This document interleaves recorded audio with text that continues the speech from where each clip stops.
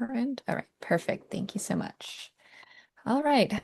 Hi, everybody, and welcome to the San Diego Heat Risk Explorer webinar. We are really excited that you are here to join us to learn more about our amazing new tool. My name's Abel Gong. My pronouns are they, them. I'm the Resilience Program Manager here at the San Diego Regional Climate Collaborative.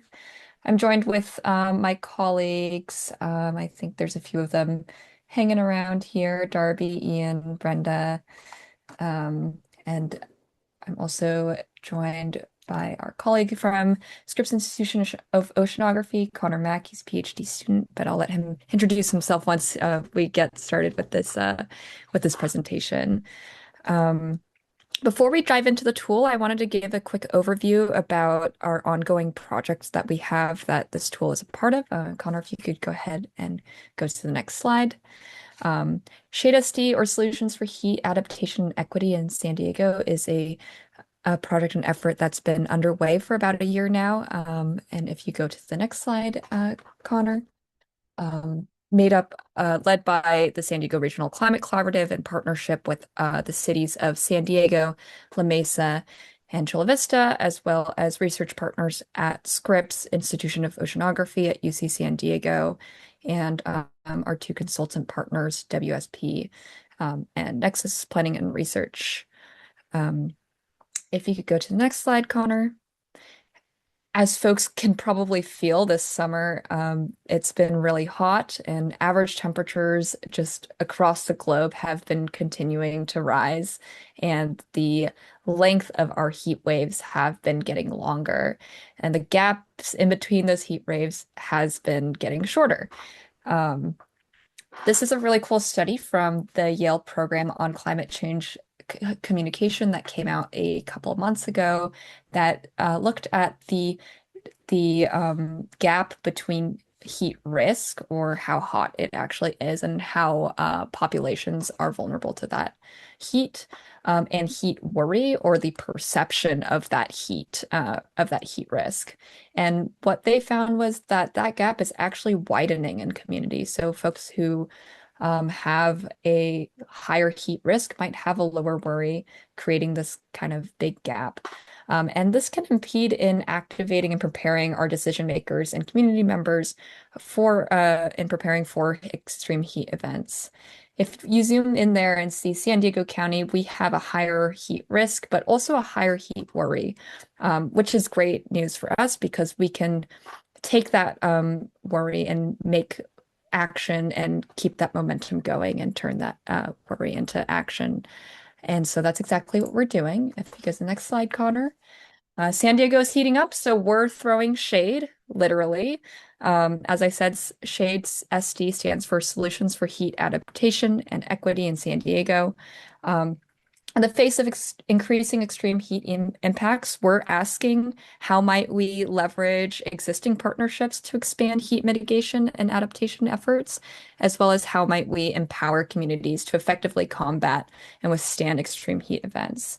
So ShadeSD as a project and as an effort aims to reduce the barriers to heat action planning and enable widespread extreme heat action planning for local agencies and communities across the San Diego region. And we're doing this through capacity building, collaborative action, and solution-focused projects. Next slide, please.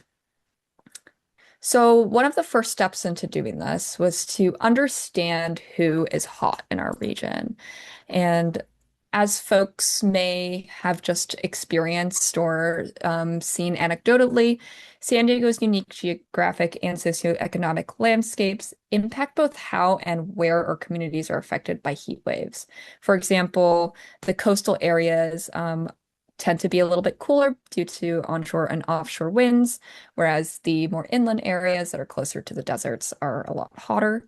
But also interacting with that is how much AC infrastructure is available at each of those locations. So people at the coast may not have AC, whereas people, farther inland may have AC installed in their house just because they are used to preparing for hotter weather.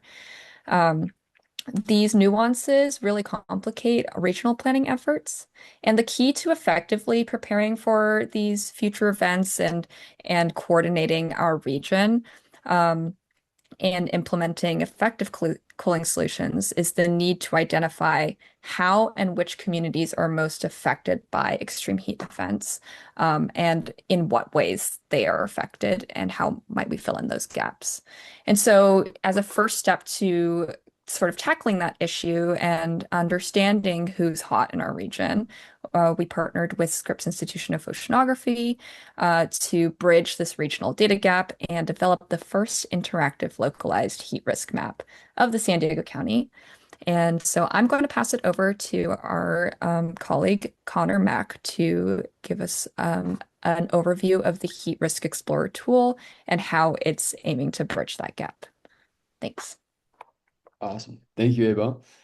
So as Abel mentioned, my name is Connor Mack. I'm a graduate student down at Scripps, working for Dr. Mark Merrifield, and have been part of this great partnership with STRCC to build this interactive heat explorer for San Diego County.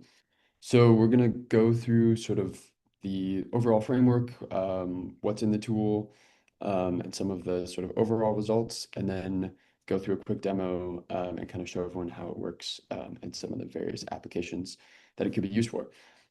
So first, just kind of stepping back, looking at the framework that we're using for assessing heat vulnerability in San Diego County. This is a very commonly used framework in assessments like this, where you look at the exposure of whatever hazard it is you're interested in. So in our case, as Abel said, when is it hot, where is it hot, and then who is most or affected is our second piece of that framework. So population sensitivity, older folks or younger folks or people with pre-existing health conditions might be more sensitive to heat exposure. And then adaptive capacity is the third part of that framework, which is what can people do about it when they are exposed to that hazard. So this is kind of a reusable framework that people apply in a lot of contexts, and we've used it here for this heat vulnerability assessment in San Diego County. So just quickly looking at the data that goes into each of those three pillars.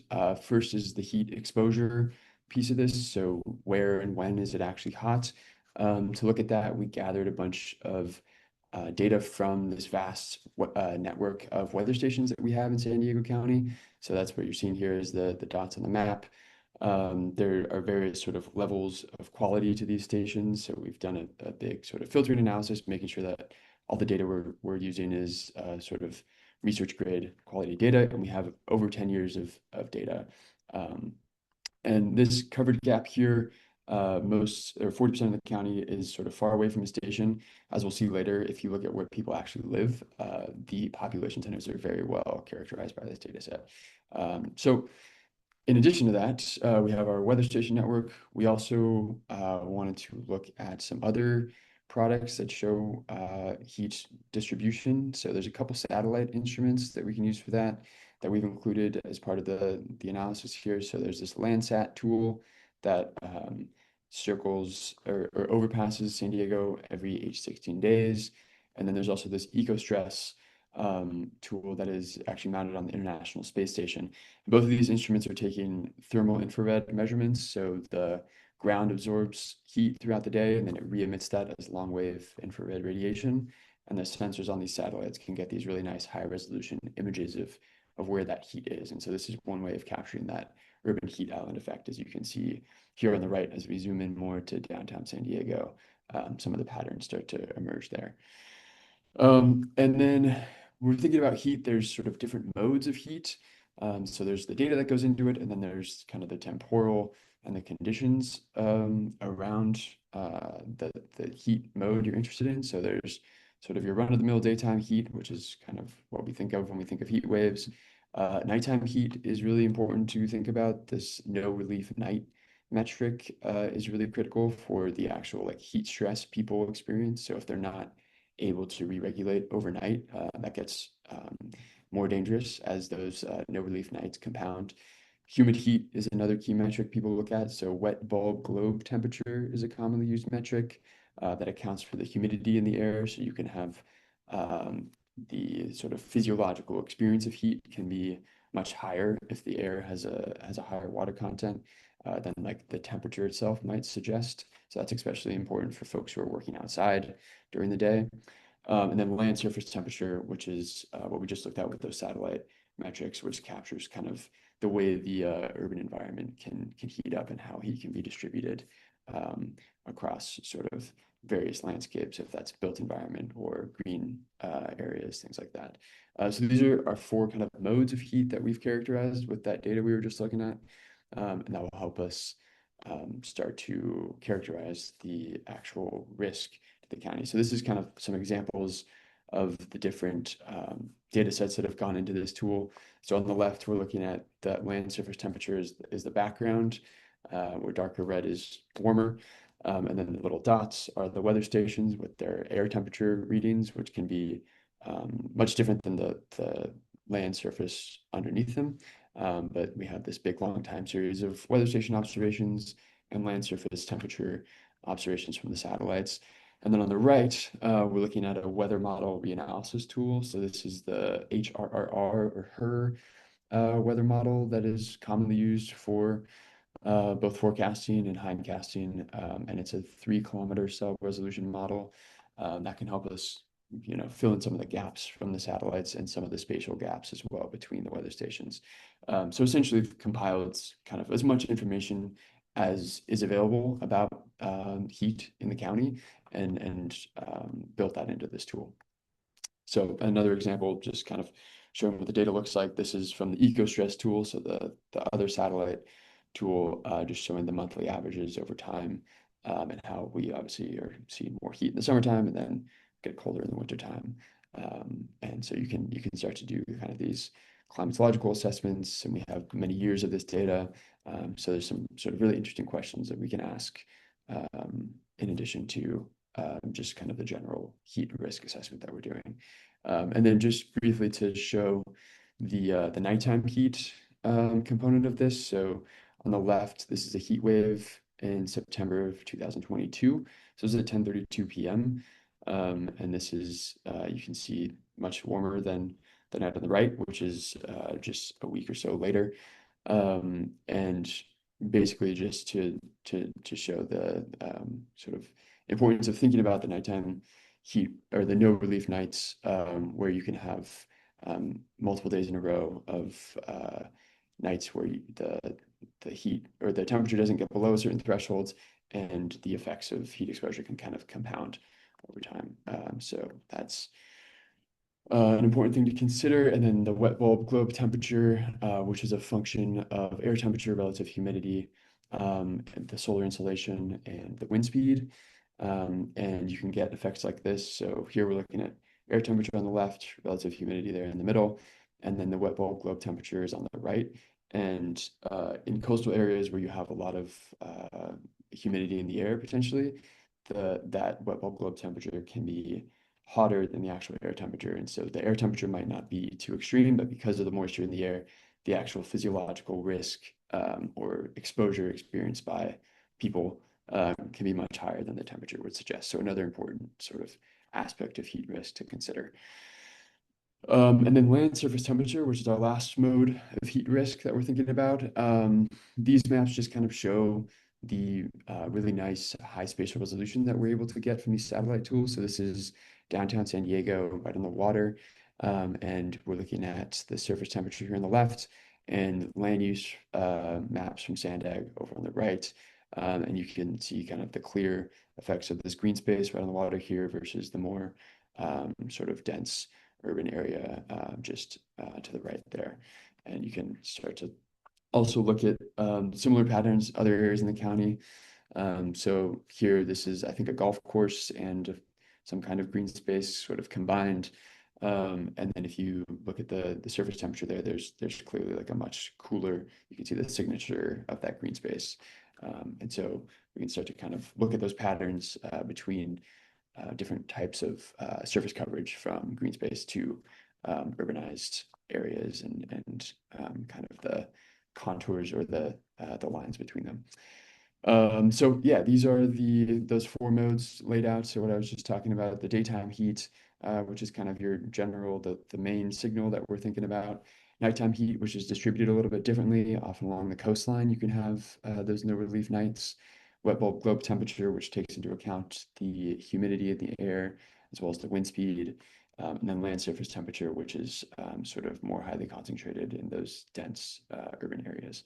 So those are the four kinds of heat risk that we're considering. So that's our first kind of pillar of that framework that we were looking at. So we're in here. And then now I'm going to talk about population sensitivity. So once we know where and when it is hot, the next question we want to look at is who is most affected. So who is actually living in these areas. So first to think about that, we need to know where people live. So this is layer of population density, with the yellow areas there being the highest density. And then there's all kinds of data sets, usually at this sort of census tract level, that characterize chronic health conditions and other things that are related to population sensitivity. So things like heart disease, diabetes, asthma, all kinds of other metrics are quantified by the CDC in this really nice CDC Places database.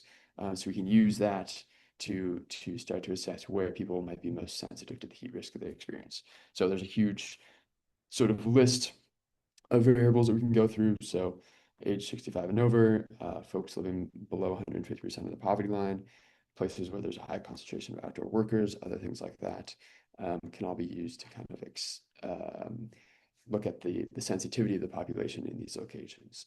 And these are just kind of a few examples of the data sets that we've added to the tool. On the tool itself, everything is linked to its source. So if folks are interested in where the data came from, they can click on the source, go look at the website, download it themselves, and play around with it. But these are sort of all publicly available data sets that we've just kind of compiled for the county. And that enables us to look at who lives in these places, like we're talking about. So that's our second pillar. Population sensitivity is looking at who is living in the places where heat exposure is highest. And then our final sort of pillar metric here is adaptive capacity. So what can the people living there do about it? And to look at that, our sort of most important data layer, what people think about the most when it comes to adaptive capacity, is air conditioning.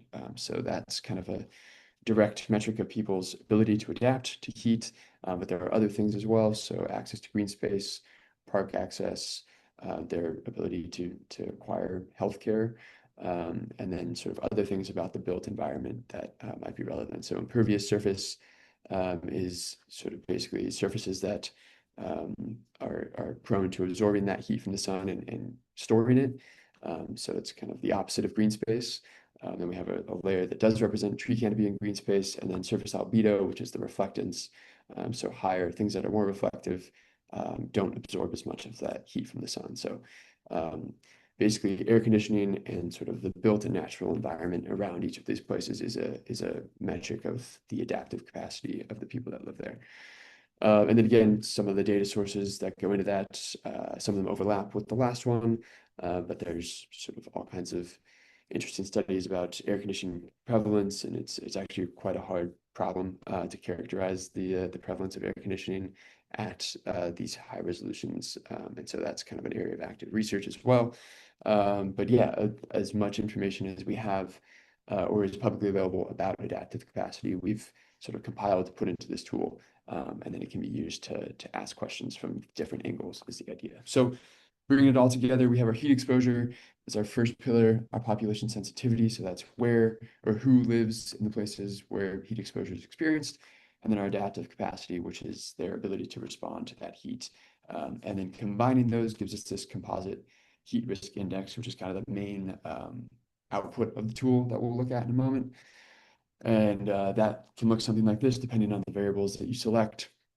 So the darker red here would be places that are higher risk, according to the combination of these three pillars.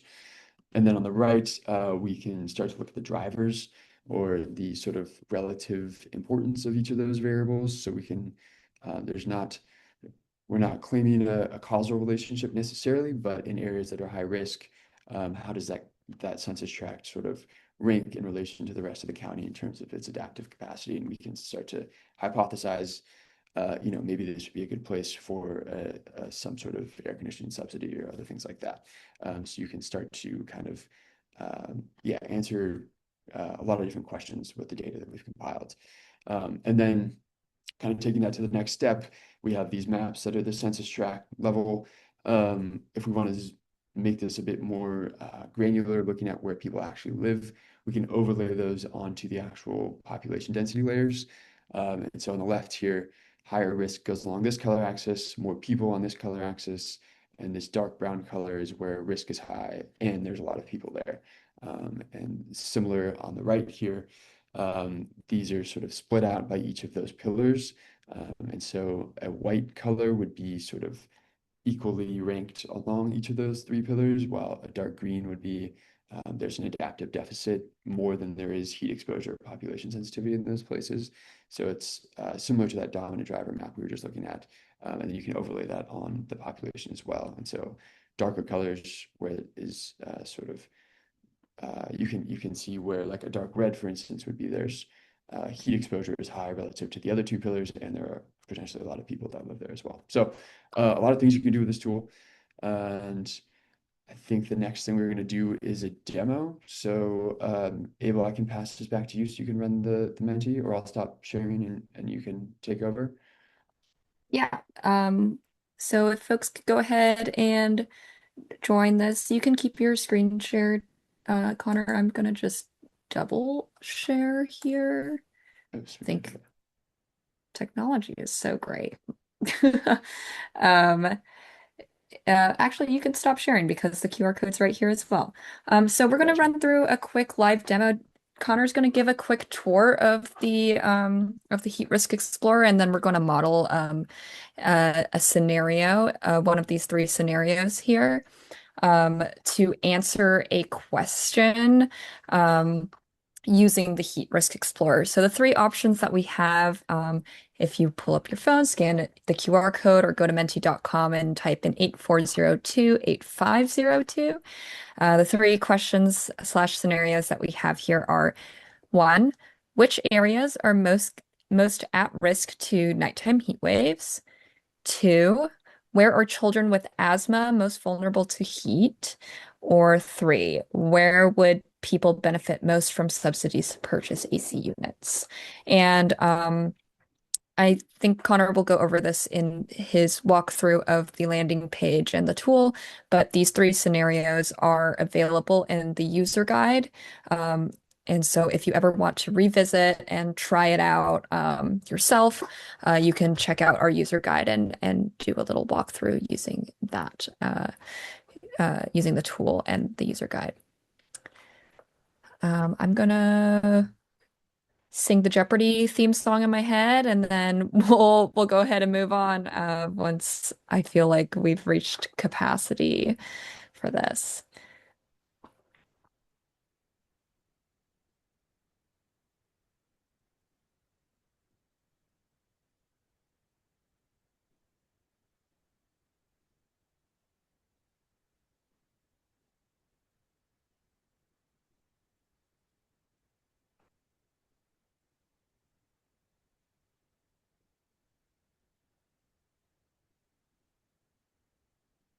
We need a tiebreaker. Looks like we need a tiebreaker. All right, looks like we have our tiebreaker here. So we're going to go ahead and do the scenario. What would people benefit most from subsidies? Where would be people benefit most from subsidies to purchase AC units, Connor? So when Awesome. you do the live demo, um, we'll go ahead and do that one. Sweet. Okay. So here's now we're pivoting to the tool itself. This is the landing page. If you go to shadesd.org, it will take you to this page. And then if you go ahead and launch the tool, I'll give just a quick overview of where everything is, and then we'll look at that live demo. So here, this sort of quick start little pop-up kind of gives an overview of each of the pillars that we were just talking about. So heat exposure, population sensitivity, and adaptive capacity, and then the sort of different steps to build the risk map, and then the other things you can do, including exporting PDFs or downloading the data, etc. So if we take the tool really quick, and then we'll hop into that case study, but the first thing to choose is the heat exposure mode. So I guess we can just do it like this. So if I go ahead and click nighttime heat and then go next, that brings us to the population sensitivity layer here. And each of these has a lot of sort of possible features inside. So you can see kind of all the options here. I'll just go ahead and click a couple.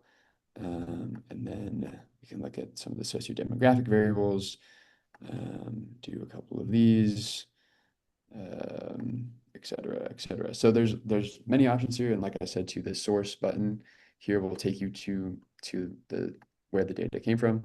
There's this social vulnerability index that kind of combines a lot of these variables already. And one sort of processing step we do, because a lot of these variables are going to be correlated in space, they're going to overlap. We basically do a principal component analysis, which just takes the sort of dominant spatial pattern. And so we don't have to worry about things we're not double counting things if they are occurring in the same place. So that's our population sensitivity. Made a couple of choices there. Go to next, and then adaptive capacity. We have two different AC data sets from different studies that are slightly different. And then things like tree canopy, park access, the age of housing is another important variable there. And then some of the sort of socioeconomic access to healthcare, things like that.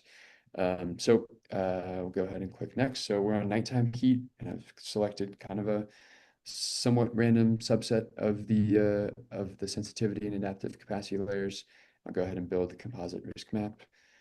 And then we can go ahead and check that out from here. If I go, the rest of the tour here is telling you sort of what the output layers are, which I'll just talk through, and then some of the climate projection scenarios you can do as well. But this would be the output of all of our choices here. So this is nighttime heat, and then these various variables that I've selected. This is the pattern that emerges. So if you go down here, so this is our composite risk map. So the darker red clearly is the higher risk areas. And you can see some of that along the coastline here is the nighttime heat risk. If I go ahead and just click this for reference to, you can see that pattern there from the distribution of nighttime heat. I'll go ahead and remake the map. So here's our composite risk map. And then we can do the dominant driver like we were looking at. So the darker areas are higher risk, and then the colors are sort of the relative contribution of each of the drivers. This is discretized basically like into three categories. Another way to look at that is with that pyramid that we were looking at. So this is shows a little bit more of the variability. So you can see kind of which ones are more sort of explain more of the risk without necessarily discounting the other ones. And then another thing we can do here is if you click populated areas, then that overlays everything on top of that population layer. So if I go back to the composite risk map, so this is again the same map we were just looking at for our nighttime heat, and this combination of variables. And then if you do this populated areas, that overlays it on top of the places where people actually live. And then that dark brown area is where risk is high and there are a lot of people.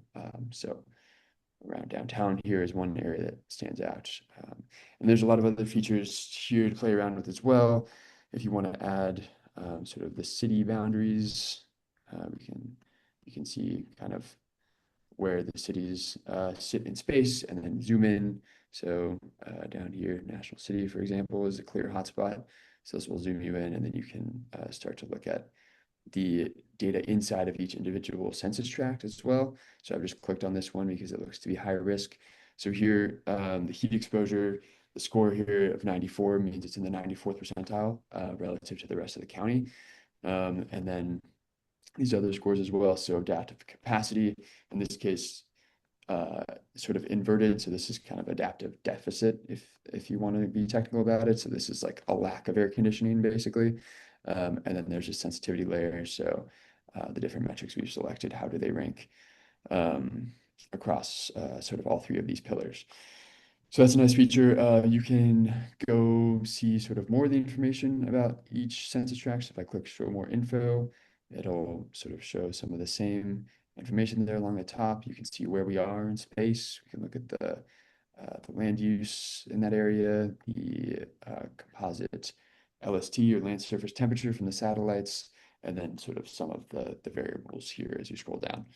Um, Another feature that is potentially useful is comparing two different census tracts. So if we pick one up here that looks to be pretty higher risk, and I compare it with another tract, and then I pick something that is lower risk, so this one here, you can compare basically side by side how each of these places rank in terms of the different data layers and variables that we've selected. So that's a nice feature that is kind of fun to use, explore different places. Yeah, and then there's the city jurisdictions, like I mentioned. We also have the reservations here.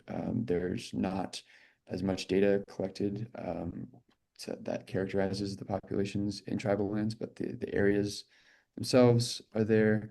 And then there's sort of other features you can download if you want to create a custom map. You can download it as a PDF, download the data that's publicly available. There's different sort of licensing things around data, so not all of it can be reshared, but the stuff that is just publicly available data will get downloaded as a CSV.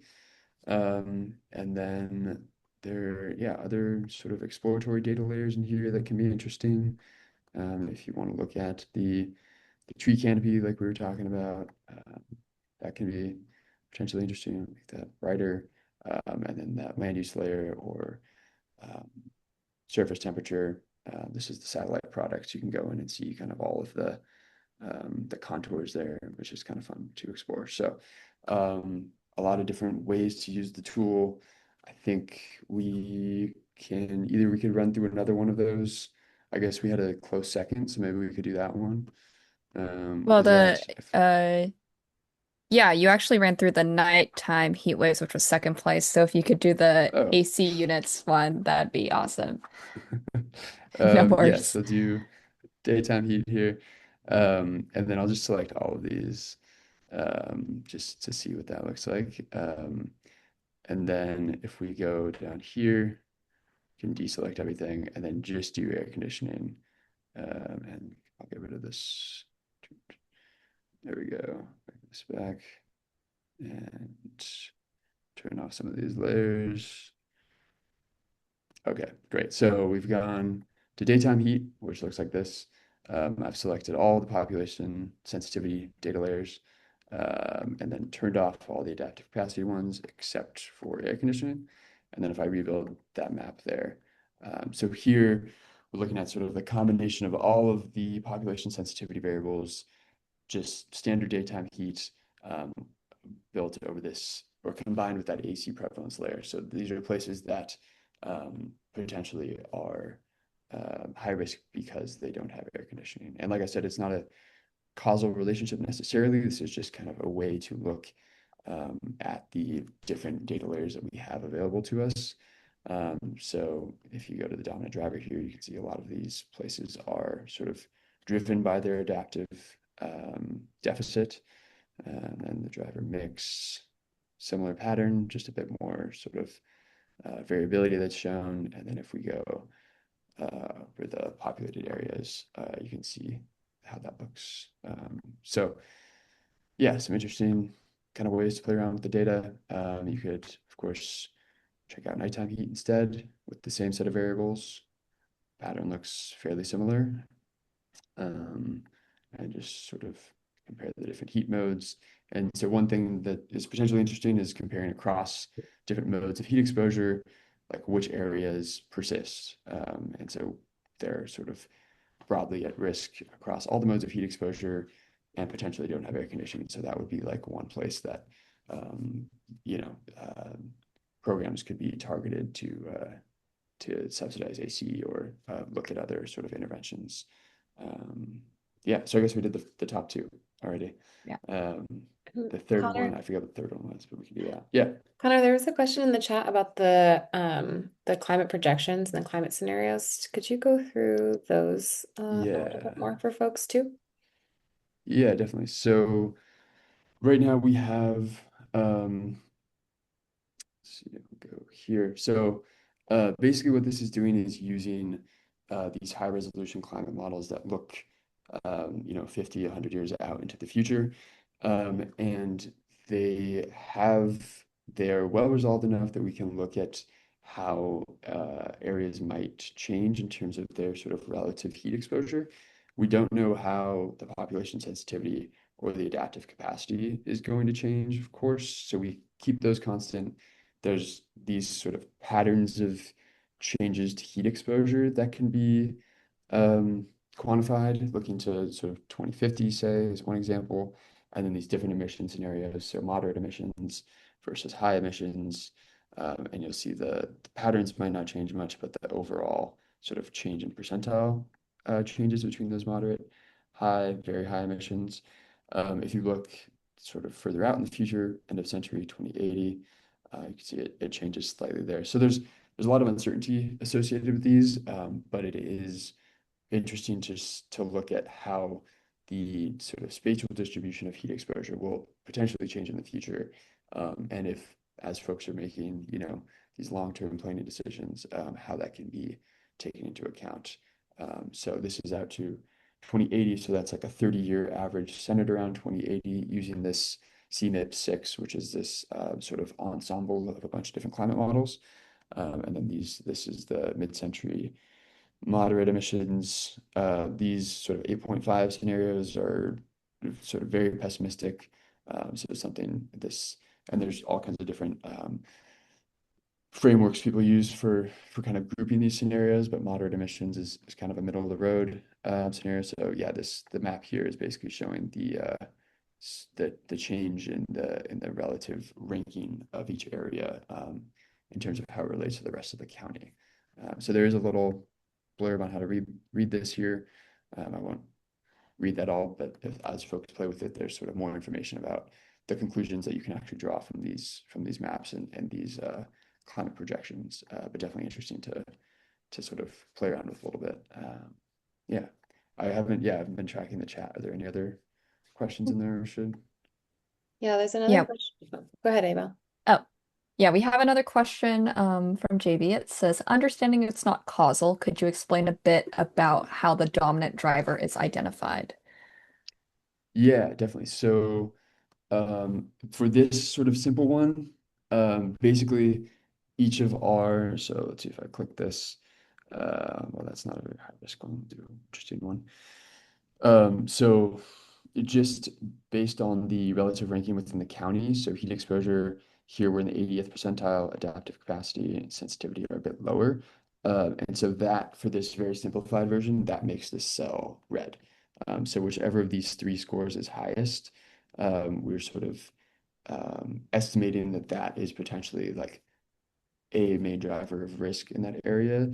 Um, it could be that when you really kind of dig into a certain area, like it might be hot and the population is highly sensitive, and maybe the population sensitivity is more important for actual policymaking considerations. And so that's where I was saying it's not causal and should be sort of taken with a grain of salt, and the whole score here should be considered because this is basically just choosing the one that is relative to the other two, the pillar that is the riskiest relative to the rest of the county.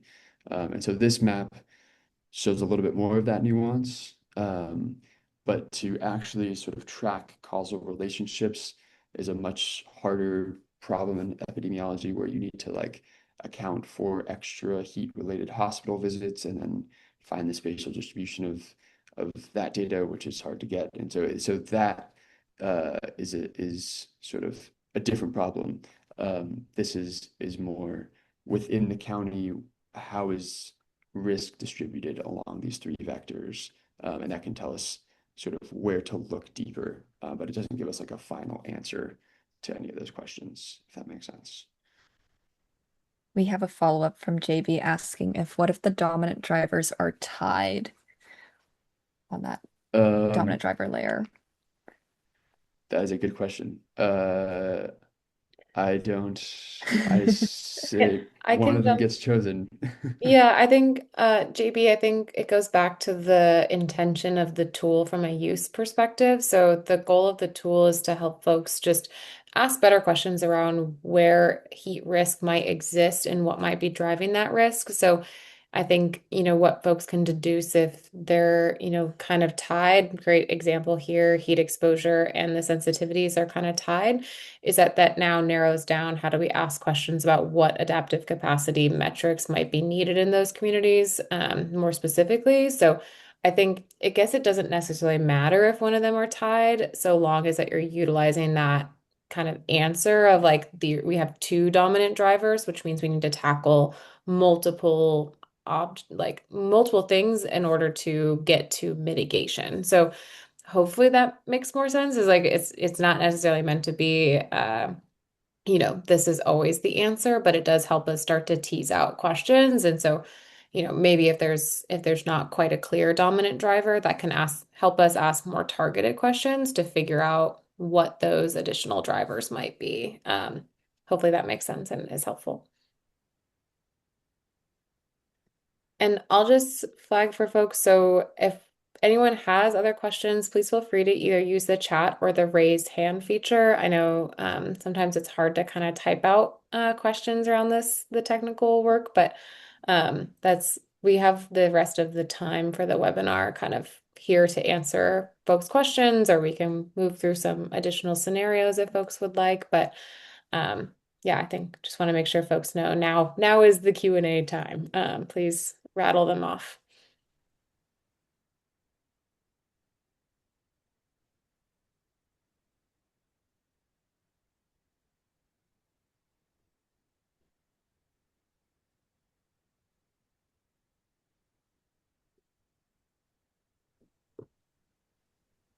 And maybe Connor, while folks are furiously typing, or maybe this is a great sign that we did a great job explaining, but there's a couple of cool features to the map, like the address tool, and then also the like export of data and the map downloads that maybe you could show that I think are really helpful for folks just to know how to use them. Yeah, definitely. So the address tool, right here, if are interested in your home address or your work or anything like that, you can type that in. I don't know like a good example address off the top of my head. I know UC San Diego's is something like this. Let's see if I can, well, I can just click one and maybe that's going to take me to a shell in Temecula. Okay, well, not the best example. But anyways, you get the idea. You Darby can, dropped USG's address in the chat, oh, there Connor, we if you go. want to use that one. All right, I'll do that. I've just also like used colloquial names in here and it works pretty well for the most part. Yeah, it's like a worse version of Google Maps, basically. It's not quite as reliable, but it's close. So yeah, so here is UST's address, and then you can see kind of the data that in the census tract around it, what that looks like. And I wonder, yeah, there you go. That looks like the campus or part of Hmm. the campus, I guess. Yeah, cool. Yeah. Yeah, and then so an interesting thing potentially, so you have this sort of canyon and green space there. So yeah, it's a pretty coarse at this when you zoom in this far, but you can see kind of the pattern there from the land surface data, which is kind of cool. But yeah, fun to play around with like any sort of address of interest or landmark. You can type that in. Maybe like Balboa Park if that pops up. Let's see. Yeah, so this is an interesting to look at on the map. You have these really sort of system of canyons and this golf course and other things. And so, yeah, looking at these temperature patterns is pretty cool just to kind of see how that matches up with the green space and the built sort of the parking lots and stuff are clearly warmer than the trees nearby. So stuff like that can be sort of interesting to just play around and look at where things are. And then Darby, you mentioned the data, the PDF download. So that's another feature here where if you are interested in a specific problem for a grant proposal or just curiosity, whatever that might be, you make a map that you really like, you can download that as a PDF and that'll pop up. You can sort of have a static version of that, like so, and you can, modify this however you need. But yeah, I see someone has a raised hand. Go ahead and and unmute. Go for it. Cool. Sounds good, Connor. Thank you. My name's Andrew Schlesinger, landscape architect in town. I'm curious, as you were kind of talking about the projections, looking towards 2050, and under different scenarios, was wondering I think that this data is fantastic, and I could almost envision a meeting where maybe it was with like a neighborhood, and you were showing, okay, like this is kind of where we're at today. This is where we're projected to be at, like, say, 2050. But if we like skew the numbers and we were to achieve like X amount of shade by 2050, this is how we could reduce, by X amount. And I'm curious, like, if you've thought about that at all, maybe as like tools like this continue to evolve as a way to kind of like seamlessly show that information and kind of like a comparison of like, yes, like obviously we're heating globally and there's things that we can do to control that, but at like a micro kind of more neighborhood scale level, we have much more in our control in terms of what we can achieve. And here's like a comparison of if we were to kind of leave things as is in our neighborhood versus taking action, like what that would look like with data, comparing the two. Curious if anything kind Yeah, of comes to mind with that. definitely. Yeah, I think that's a really interesting use case, that the map sort of enables the first set of questions and then diving into kind of the specific interventions and the goals or the metrics to hit and how that would affect sort of heat exposure over time would definitely be like a deeper dive into that area. But you could imagine for like one of these neighborhoods here where the climate projections show, relative to the rest of the county, there's going to be like excess warming in Poway, for instance. And so like at the neighborhood scale, when folks become aware of that, and then using sort of some of the other data layers, maybe like the tree canopy and the surface albedo, which is like the reflectance. There are interventions around both of those that can help sort of ameliorate some of that heat exposure risk. And so definitely sort of using this as a focusing mechanism to zooming in on a particular area is kind of one of the use cases that we were envisioning is people could then say, oh, okay, well, our neighborhood is sort of, this is the current state, and maybe these are the projections out to 2050.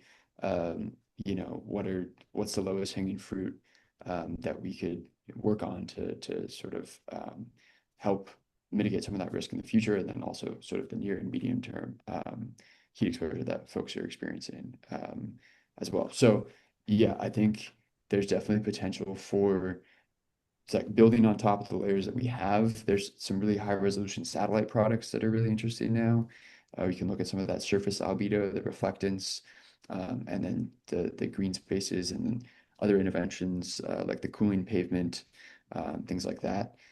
That can be informed. I think the projection that angle is especially interesting, where something like this could be used to kind of justify sort of, we're going to see excess warming in this area. And so whatever entity might be giving grants for some climate adaptation or something could see sort of the output of a tool like this and say, okay, this is a place that sort of needs that extra support, something like that. So yeah, I think that's definitely kind of the step that we hope folks take from the tool. So yeah, that was a great example. And Connor, I'll just add for Andrew and for others. So the Heat Risk Explorer is just kind of the first touch tool that we're launching as part of the Shade SD effort. So as Abel presented at the beginning of the webinar, this is a much larger project. And so one of our goals of this project was to, as we had the data available to our team for the project, we also wanted to make it publicly available for partners, rather than waiting until the end of our project timeline, which goes through the end of 2027. So we're also working on a cooling solutions toolbox, which is, I think, gets to some of those like now that we know where it's hot and what those dominant drivers might be, how might we as a community start to tackle them with different projects? And so that next wave will be our toolbox of our solutions toolbox that we're thinking about for folks, and that'll be a publicly available tool. That sounds great. Thank you both. Thanks.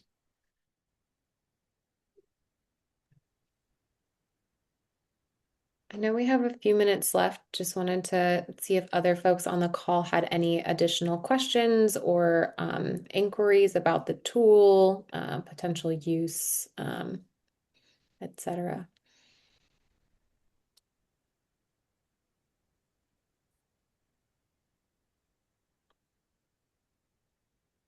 We'll flag while folks are thinking about that as well. So shadesd.org, like we mentioned, will route you here. And then there is sort of a user guide that will walk you through some of the things we just talked about. And then if there are any like feedback features that you think would be interesting, feel free to shoot me an email, things that you want added.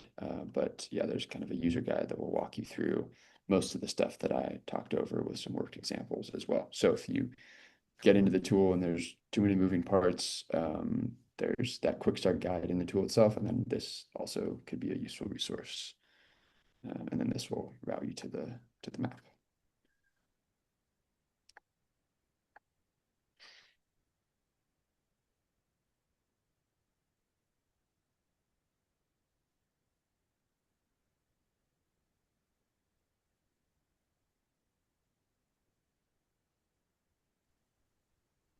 All right. Well, seeing no further questions, I think we can go ahead and wrap up here.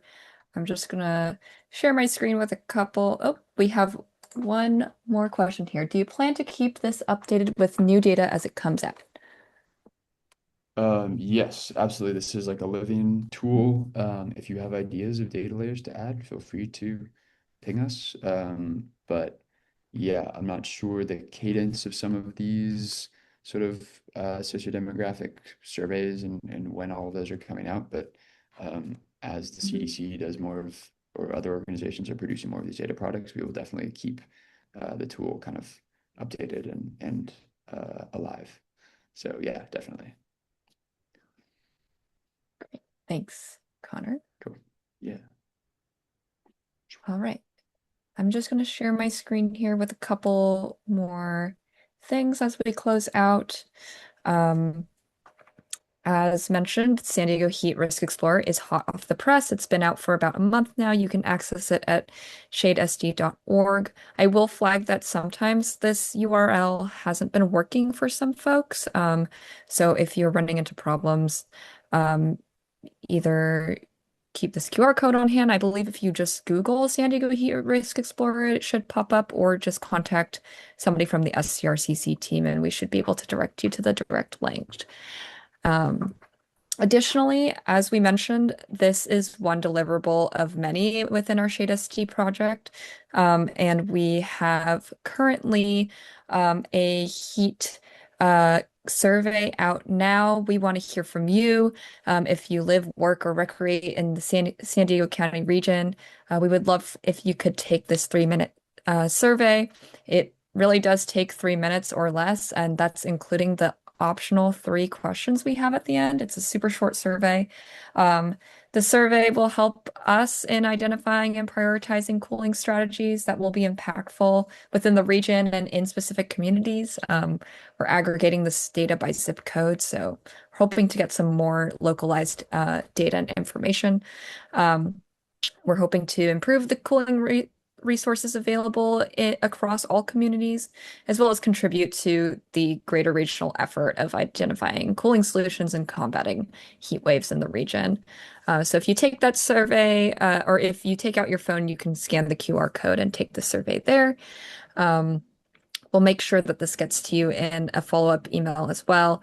And if you're interested in sharing the survey out for us, it's going to be out until the end of August.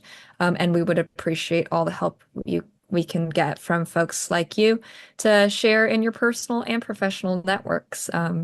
because we are really gunning for 1,000 responses and we are almost there. So yeah. With that, I'm gonna stop sharing my screen here.